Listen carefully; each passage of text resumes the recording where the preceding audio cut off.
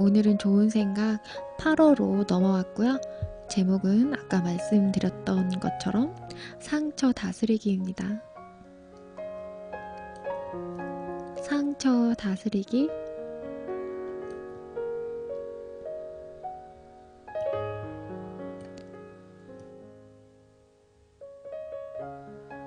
비 내리는 어느 날 학교폭력 상담 전화가 울렸다. 전화 속의 남자의 말투는 아주 조심스러웠다. 그는 자신이 누구인지 밝히지 않았다. 목소리로 미루어 보아 20대 중반에서 30대 초인 듯하다. 학교 다닐 때 저는 참 힘들었습니다. 욕을 듣는 건 예사였고요. 물건과 돈을 빼앗기고 이유 없이 맞았어요. 하지만 꾹 참았거든요. 그랬더니 도리어 주변 친구들이 날 무시하기 시작하는 거예요. 마치 내가 투명인간이라도 된 것처럼. 내 곁에는 아무도 없었습니다. 부모님도 그 고통을 몰랐고요. 선생님도 애들 장난으로만 생각했어요. 시간이 흘러서 성인이 되었지만 그 상처는 여전히 저에게 욱신거립니다. 학창 시절이 없었다면 저는 지금 좀 더 자신이 있고 행복하게 살지 않을까 싶네요. 그냥 아쉬운 마음이 들어 전화 한 통을 걸어 하소연을 했습니다. 남자는 중간중간 깊은 한숨을 쉬기도 하고 목소리가 떨리면 말을 멈추기도 했다. 마음의 상처가 눈에 보이는 듯 했다. 안정감을 잃어버린 그는 사소한 일에도 쉽게 불안을 느꼈고 주변의 눈치를 살피고 인간 관계에서도 쉽게 위축이 되었다. 수면과 식사에도 문제가 생겼다. 고통을 받는 것도 모자라 치료마저 오롯이 그의 몫인 듯 했다. 이처럼 상담실에는 세월이 흘러도 학창시절의 상처를 잊지 못하는 어른들의 전화가 종종 걸려온다. 그러나 우리 내면의 상처도 부드럽게 다스리면 아문다.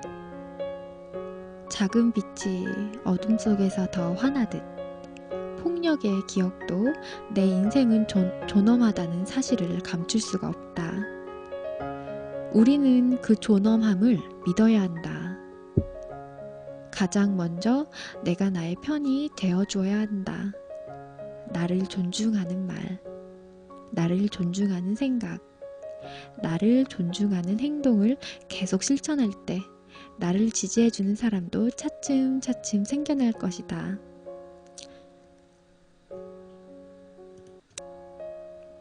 나를 잘 이해해주고 마음이 맞는 사람과 시간을 보내는 것도 좋다. 상담 등을 통해 아픔을 털어놓는 방법도 있다. 마음을 건강하게 하는 습관을 기르고 긍정적인 태도를 연습하자. 많이 웃고 유쾌한 활동을 하면 마음의 면역력을 기를 수가 있다. 이것 말고도 고마워하기, 자신만의 목표를 세우고 그 목표에 몰입하는 경험, 이타심과 선행 등등 이런 마음을 건강하게 한다. 학창시절의 아픈 기억을 안고 있는 모든 이에게 깊은 위로와 격려를 전한다.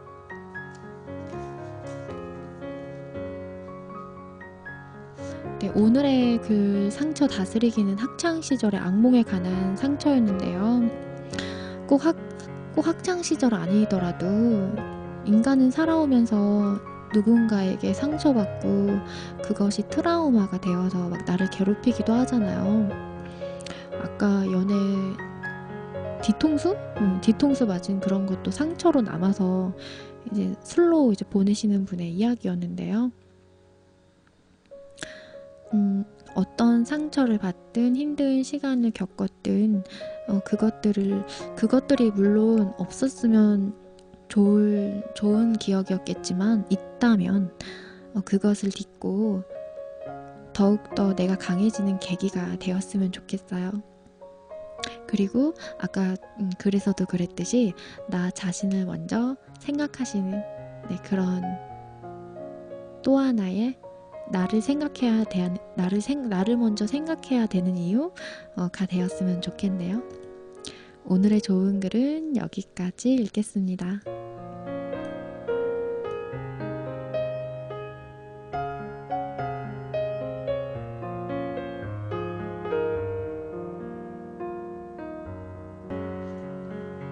네, 오늘도 있는 좋은 생각 8월호입니다. 제목은요. 집으로 돌아오는 길. 집으로 돌아오는 길. 2년 동안 밤낮 없이 일했지만 계약 만료라는 네 글자는 나를 다시 차가운 사회로 밀어냈다. 회사를 간둔 지 이틀째부터 불안한 마음이 몰려왔다. 다시 취업을 할 수가 있을까? 앞으로 어떡하지? 그 무렵 시골에서 제안이 왔다. 일손이 부족하다. 와서 도와줄래? 그 이야기를 듣고 고민하지 않고 바로 달려갔다. 오전에는 벼를 재배하고 오후에는 밭에 나가 고추를 땄다. TV에 나오는 평화로운 농촌 생활과는 거리가 멀었지만 결국 일주일 뒤에 허리 디스크가 재발했다. 외가 식구들은 미안해하며 서울로 다시 올라가라고 했지만 나는 못 들은 척했다. 고추를 말리는 중에 삼촌이 피자를 들고 왔다. 오늘의 새참이다. 와, 오랜만에 맛보는 피자의 맛은 매우 황홀했다. 배를 채우고 삼촌과 나란히 앉아 너른 들판을 바라보았다. 삼촌이 나에게 물었다. 너 왜 안 올라가냐? 진짜 뭐 농부라도 될 생각인 거야? 나는 대답을 고민할 때 삼촌이 또 말했다. 불안하지? 막상 돌아가도 뭐 하나 해결되는 것도 없고 그래서 계속 여기 머무는 거지? 삼촌도 알아주는 대기업에 들어갔다가 1년 만에 그만두고 도망치듯이 시골로 왔어. 그런데 할머니가 나한테 아무것도 묻질 않는 거야. 나중에 보니까 기다려주신 거더라. 네? 기다린다고요? 응, 내가 스스로 선택할 수 있게 말이야. 할머니는 삼촌에게 알려주고 싶었던 것이다. 할 수 있을 만큼 실컷 도전하다가 너무 힘들면 집으로 돌아오는 길이 있다는 것을. 살아보니까 변하는 건 사람이지. 이 들판과 집은 그대로더라. 그러니까 너도 실컷 도전해보고 힘들면 돌아와. 집으로 돌아오는 길 알고 있잖아. 3일 후 나는 시골을 떠나 다시 상경했다. 돌아갈 길을 알고 있기에.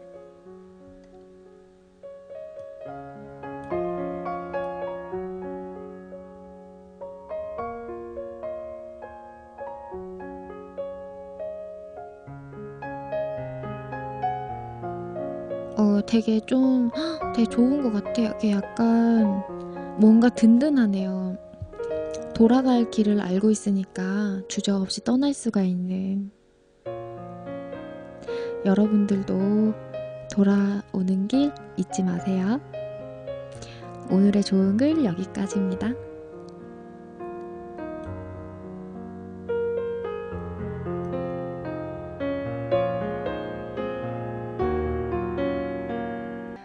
오늘도 있는 좋은 생각 6월호.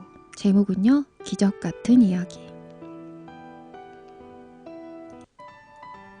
남해의 한 마을에서 소작하던 사내는 돈을 많이 벌 수 있다는 소문을 듣고 일본으로 향했다.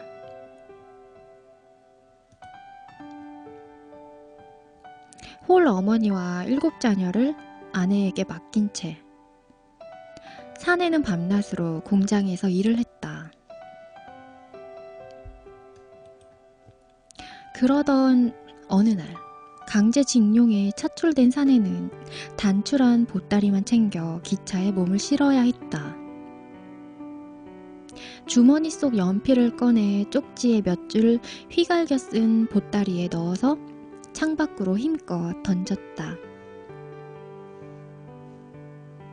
굴러떨어진 보따리에서 시선을 떼지 못하는 사내를 싣고 기차는 빠른 속도로 달렸다. 나는 박아무개입니다. 이것을 발견한 분께 부탁드리오. 나는 지금 전쟁터로 가고 있어. 내 고향에는 홀 어머니와 아이 7을 돌보는 아내가 있다오. 부디 이 돈을 집으로 보내주시오. 이 돈이 없으면 내 가족들은 굶어 죽을지도 모르고 내 생사를 장담할 수가 없으니 이 돈이 마지막 희망이라오. 부디 내 가족을 살려주시오. 쪽지의 내용은 이러했습니다. 보따리에는 얼마간의 돈과 주소, 공장에서 발행한 제법 두꺼운 전표 뭉치가 들어있었대요. 과연 그 보따리는 누구의 손에 닿았을까요? 해외여행이 흔치 않던 시절 몇 번씩 일본에 가는 외할아버지가 놀라워 엄마에게 물었을 때 들은 이야기다. 돈 보따리는 그 사내의 아내에게 고스란히 전해졌다. 무사히 집으로 돌아온 외할아버지는 얼굴도 이름도 모르는 누군가가 베푼 친절을 가슴에 새기고 평생 고마워하며 살았다. 그 덕분에 자식들이 장성한 모습을 보고 손주를 안을 수가 있었노라고. 보따리를 주운 이는 어린 자식을 키우는 어미였을까? 아니면 전쟁터에 아들을 보낸 초로의 아비였을까?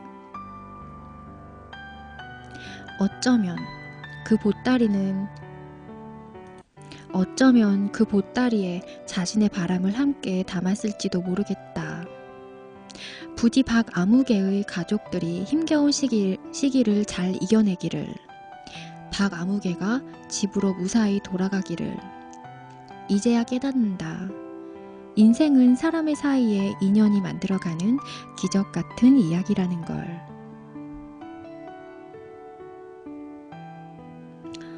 좀 이제 우리나라는 아무래도 좀 시대적으로 이런 아픔을 가지고 있는 분들이 많죠. 근데 그 사이에서도 이런 좋은 분들이 있어서 지금의 우리가 또 있는 거 아닐까라는 생각을 해봅니다. 사람과 사람이 만들어가는 기적. 시대 속에 혼란이 와도 그 사람들 간의 인연으로 우리가 마음이 또 따뜻하게 행복하게 살아갈 수 있는 것 같아요.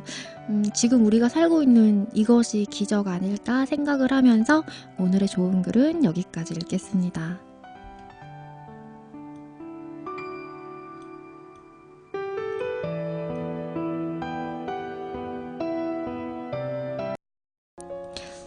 냉수 2잔.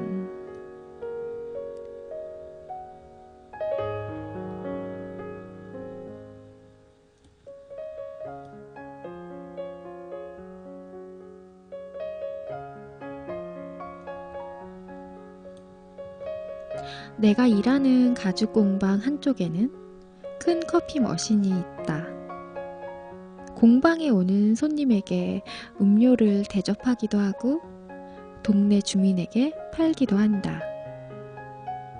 이런 일을 처음 해보는지라 주문이 들어오면 신기하고 재밌다.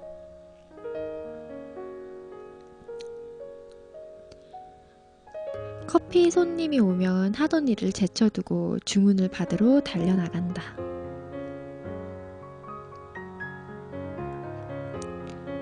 숙련된 커피 전문가라도 된 듯이 분쇄한 원두를 용기에 담고 커피 머신에 연결해 에스프레소를 뽑는다. 아메리카노를 만들고 우유를 데워 카페 라테도 만든다. 이제 막 배워서 어설프지만 과정 하나하나가 즐겁다. 우유 거품이 풍성하게 만들어지면 그날 하루가 좋을 것 같은 기분도 든다. 무더운 날, 공방으로 어르신 두 분이 들어왔다. 매우 반갑게 맞이하는데 어쩐지 어색한 모습이었다. 여기 찬물 좀 얻을 수 있을까요? 한 분이 미안한 표정으로 빈 플라스틱 생수병을 내밀었다. 예상치 못한 부탁에 순간 머릿속이 멍해졌다. 정수기에서 냉수가 나오지 않는데 찬물을 어떻게 드리지? 얼음이라도 담아주면 좋으련만 생수병 입구가 좁아서 얼음이 들어가지 않을 듯 했다. 찬물이 없는데요. 저희가 쓴 일회용 컵에 얼음이랑 물을 담아드려도 괜찮으시겠어요? 잠깐이지만 복잡했던 머릿속이 얼굴에 드러났을까 싶어 일부러 더 밝게 미소를 지으면서 말했다. 숙련된 커피 전문가의 속도로 컵에 물과 얼음을 담고 마시기 편하게 빨대도 꽂아 냉수 2잔을 만들었다. 어르신은 고맙다고 연신 인사하셨다. 우유 거품을 잘 냈을 때처럼 매우 뿌듯했다. 며칠 후 공방을 잠시 비웠다가 들어오니 동료가 다가와서 말했다. 저번에 오신 그 어르신분들 계시잖아요. 그분들 다녀가셨어요. 그때 물 주워서 참 고맙다고요. 지나가는 길이 아닌데 일부러 찾아왔다면서 커피도 3잔이나 사가셨어요. 작은 친절을 베풀고 자랑스러워한 내게 어르신은 고마워하는 마음을 가르쳐 주러 왔나 보다. 직접 만났더라면 이번에는 내가 고맙다고 인사했을 텐데 너무나 아쉽고 그 마음이 고마웠다.